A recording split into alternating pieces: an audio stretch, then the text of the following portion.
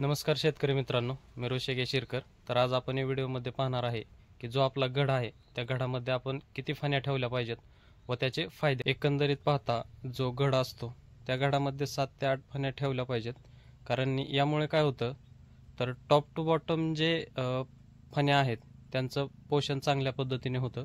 पोषण चांगल्या पद्धतीने झाल्यामुळे आपल्याला वाद्यांची लांबीही चांगल्या पद्धतीने दिसून येते आणि हार्वेस्टिंगच्या वेळेस आपल्याला चांगला उत्पन्नही मिळू शकते. या उलट जर पाहिलं तर जो हा गड आहे या गडामध्ये आपण पाहिलं तर 13 ते 14 फण्या आपल्याला या गडामध्ये मिळत आहेत.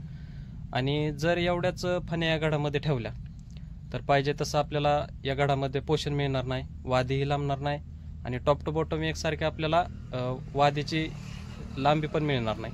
त्यामुळे काय होतं तर आपल्याला ॲव्हरेज उत्पन्न मिळणार नाही आणि प्रत्येक शेतकऱ्याची अपेक्षा असते की आपला माल बॉक्स पॅकिंगला जावा. बॉक्स पॅकिंगला जाण्यासाठी सुपर क्वालिटीचा माल व एकसमान वादी लांबीची वादी त्यांना लागते. त्यामुळे काय होतं तर ज्या खालच्या लहानपण्या आहेत ते एकतर कत्रीमध्ये धरतात किंवा टाकून देतात. त्यामुळे जे आपल्याला ॲव्हरेज उत्पन्न असतं ते मिळत नाही.